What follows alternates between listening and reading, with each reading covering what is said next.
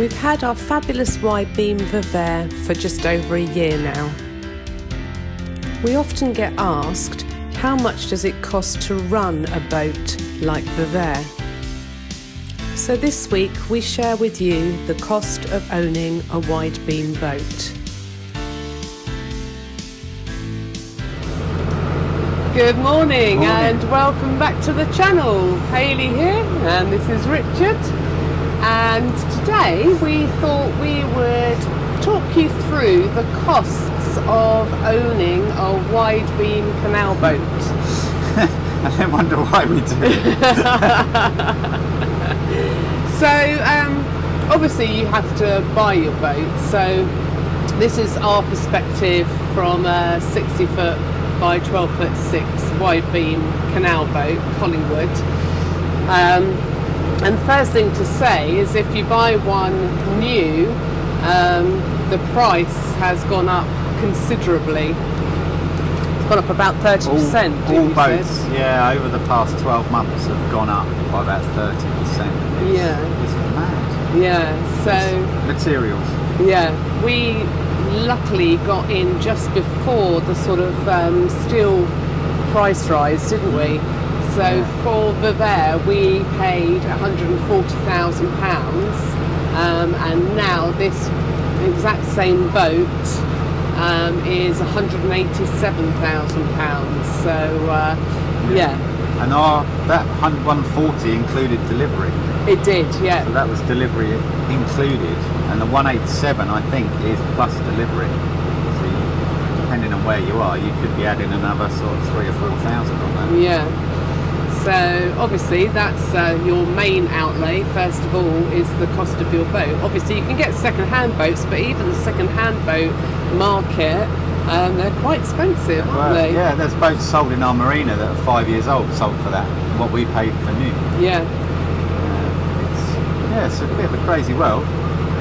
So that's cost number one.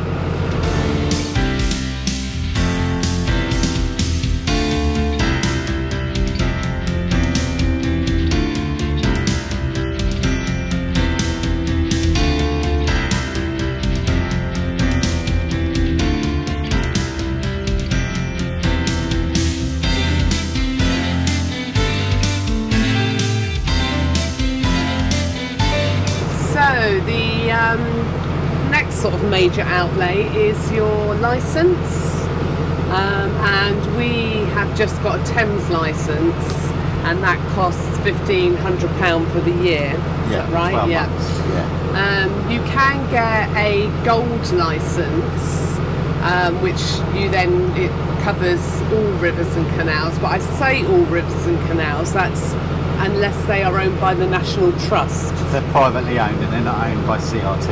Yeah, because for instance we mentioned when we went down the River Whaly, because that's National Trust, we had to pay for a 3-day licence on there. Yeah. So, it's a bit blowy today. Yeah, we've got just a Thames licence. We didn't go for a gold licence because we figured if we went on any canals or whatever, we'd just pay. Just pay for the week or month. Yeah, because we're not on them enough. We're not on them full time. If you get a gold licence, then it's more, and it goes on the size of your boat. Well, any licence goes on the size of your boat, doesn't it? They do, anyway? all gun size, yeah. But the gold licence for us, we'd have to phone up and inquire. Yeah, they don't advertise the prices. If you're bigger than 11'5", is it? So, yeah. Then you have to phone for a quote. So that's something to bear in mind. Obviously, is your licence. And on the Thames, you are supposed to have your name displayed, I think, aren't you? There are a few rules that you need. Yeah, Yeah. you're meant to have your name on the front and back. Yeah. As well as your licence in a window. Yeah. But for people that don't know, licence is basically like your car tax. Yeah. It's not like a licence to drive it. It's car tax for a boat. So you don't get anything for it. No. Well, I suppose you've got the refuse access points to water and water and points stuff, and stuff like that. Yeah. But it is like a tax. Yeah. So, licence, another big outlay.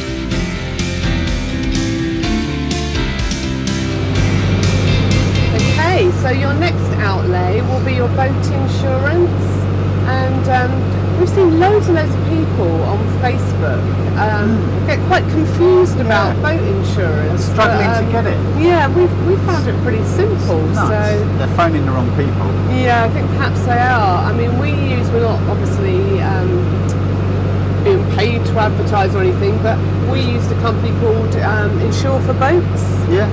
And are they a broker or? Sort of. They're part of an umbrella company. Yeah. But they're really good. Yeah. Really helpful and cheap. Yeah.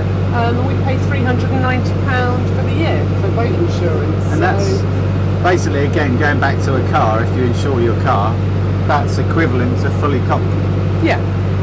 And contents as well, up to a certain value, and individual items that you take off of the boat, camera equipment.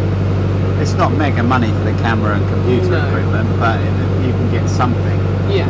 But yeah, we didn't struggle at all. I made an inquiry online, they phoned me up, job done. Yeah. So yeah, if you're struggling, maybe give that company a go, because for us it was really easy and really cheap. It was cheap, and it sort of automatically renews, but they do contact you, and ours went down. Oh, did it? It actually went down. Oh, bonus. Only by £10, but it went down. Yeah, but things never normally go down. I was like, so here we go. Yeah, they're going to say you're going to owe us an extra £100 on top. She went, oh, it's actually gone down this year. I was like, what? Brilliant. Quickly, yes, just do it. And yeah, they just email you all the stuff. Really simple, really easy, job done. Brilliant.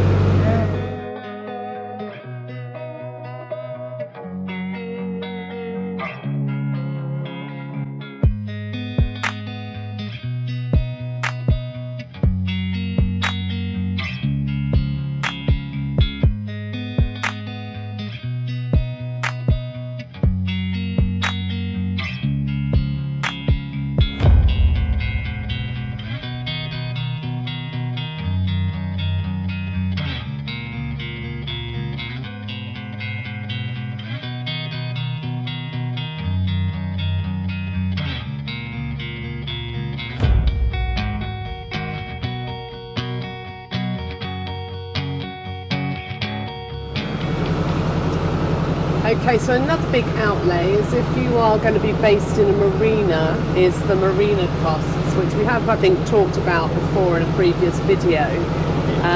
So for us, we pay around about £700 a month for obviously a River Thames marina.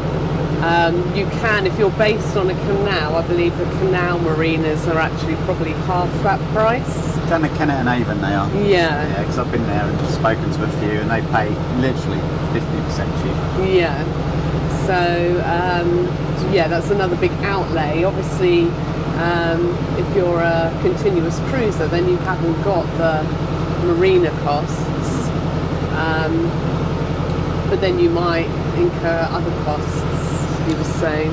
Yeah, because you would then be starting to think about your battery costs and generators and solar and everything else to survive a bit moored up without any shoreline power. Yeah. So you would have other costs. Yeah, so yeah, you might need to think about your energy requirements if you were continually cruising, and what extras you might need, like to power your boat basically. Sorry, there's swimmers. There's some swimmers. 10 o'clock in the morning. Having a whale of a time. It's a bit chilly for swimming personally. Yeah, made me shiver. Yeah, so Marina Costs. I forgot to say there is one advantage though of being based in a marina, is you do then get a discount on pump out, so it costs us £8 rather than 18. It's 18 for a visitor into the marina to use it, and we get it for 8. But obviously we've got our composting loo now anyway, so we've sort of cut that cost. Yeah. And you do also get a discount on fuel, don't you? We get 20p a litre off fuel. Yeah. So that's not too bad, really. So currently, as of today, it's £1.60. For us, it's £1.65. For anyone pulling into the marina, it's £1.85 plus, I think, 5% VAT. Yeah. and that's for a 60-40 split. So basically they do your fuel based on a split of propulsion versus heating. So that's something that you might not also know. You can then in the winter sort of make that split slightly different. With, yeah, 90-10. Yeah, and then that does bring the costs down a little bit. Brings it down a little bit more, yeah. And if you've got petrol, God help you. It's £2.20. Yeah, it's very expensive.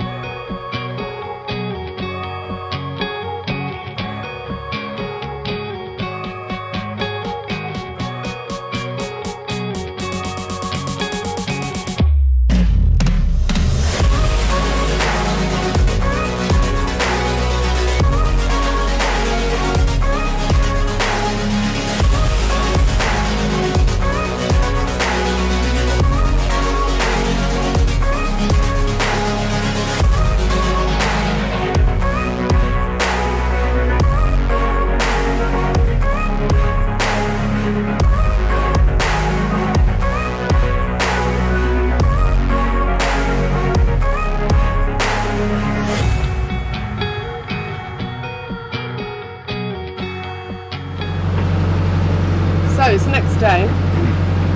We sort of paused filming yesterday. We were going to carry on, and then we got far too engrossed in meeting up with our friends, having a barbecue, and having a drink. So we thought we'd resume this morning. Start again. So, exciting news! Our friends, they have a boat called Vivere, and they are going to be doing Widebeam tours. So, and we may well be doing a vlog on their boat very soon. So, and they got their first booking. They have got their first booking, yeah. So it's exciting. It is exciting for them. So, going back to fuel costs, we've calculated, and we've done about 260 hours on our engine. And Richard thinks we've spent probably about £1,300 to date. I've still got a quarter of a tank. Yeah, so that's just to give you sort of obviously an idea. Again, we cruise every weekend, don't we? So yeah, and we're on it every weekend. Yeah, so we do probably use quite a bit of fuel. So yeah, that sort of wraps up fuel costs.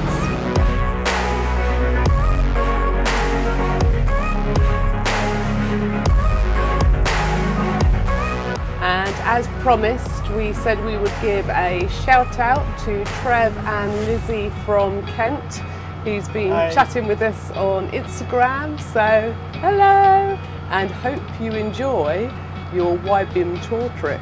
Yeah, we know.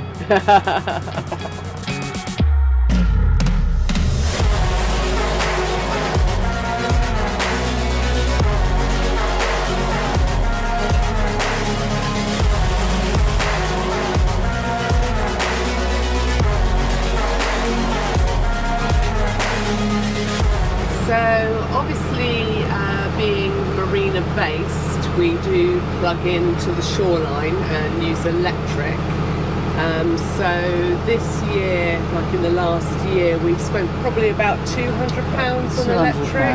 Yeah. I guess a lot, well, yeah, we do use electric when we first arrive to the boat, don't we? Yeah, we switch everything on, but all throughout the week, all that's on is the fridge and freezer. Yeah, so and a battery charger. So I suppose that's probably a lot. Yeah, that's not actually too bad. I suppose we do have two 40-volt, don't we? But there's a lot of 12-volt. Most of it, everything we leave on is just 12-volt. 12-volt, so that's quite low in power consumption anyway. And the solar panels are on as well, so yeah, so that helps. It does knock it down. And then obviously running our fireplace, our log burner in the winter time. Obviously we don't full-time live aboard, but whenever we were on the boat, that fire was literally on morning, the moment we walked on. Yeah, And probably over the year we've spent about £250 for there's a load of pedalos like swans and dragons. You might just see them, they're just coming into view. Oh, just coming over Richard's shoulder. Come this way, Richard. There you go. We're turning now. Yeah. Yes, about £250 for us for coal and wood for our log burner. Obviously, if you were living aboard, you'd want that fire going all the time. So permanently on through winter. Yeah, so the cost would be higher. So I'm just giving you an idea from our perspective.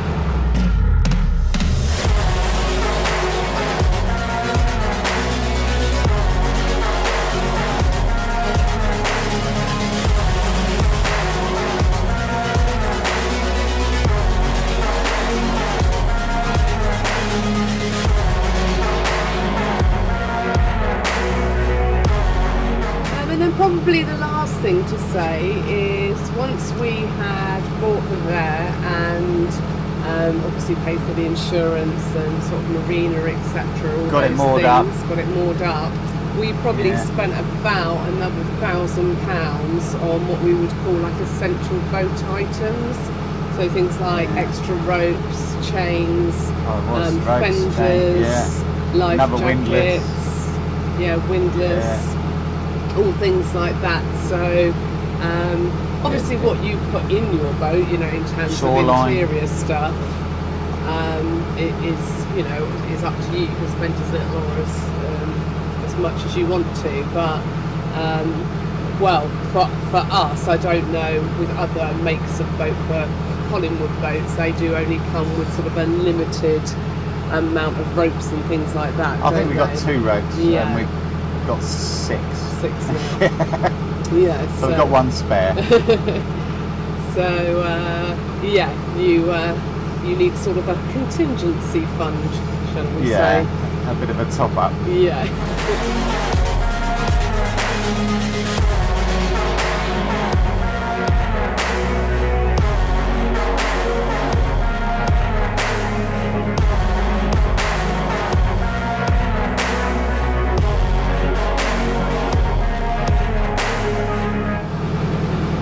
So we're now having a nice leisurely cruise back to the marina.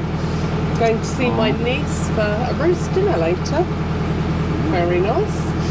So I hope it's good, Shani. Barely. Yeah.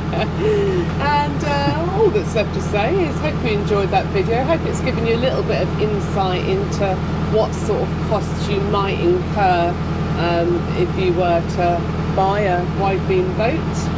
And like always, give us that cheeky little like, hit the subscribe button, and ding, the notification bell. Apparently I'm a bell. Yes, and we'll see you next time. Bye.